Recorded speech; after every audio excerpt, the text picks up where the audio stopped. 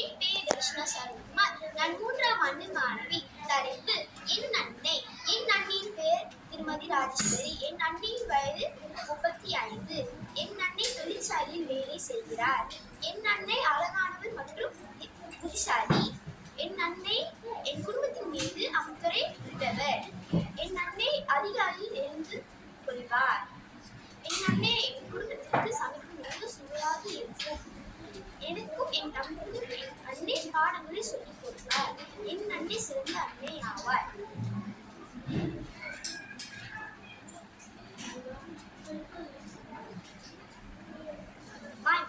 My mother name is Mrs. Rajeshwari.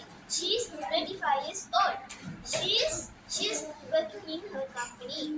She take care of our family. She is very beautiful and intelligent. She wakes in early in the morning. She helps to my studies. She is the best mother. அன்னைய தின வாழ்த்துக்கள். நன்றி.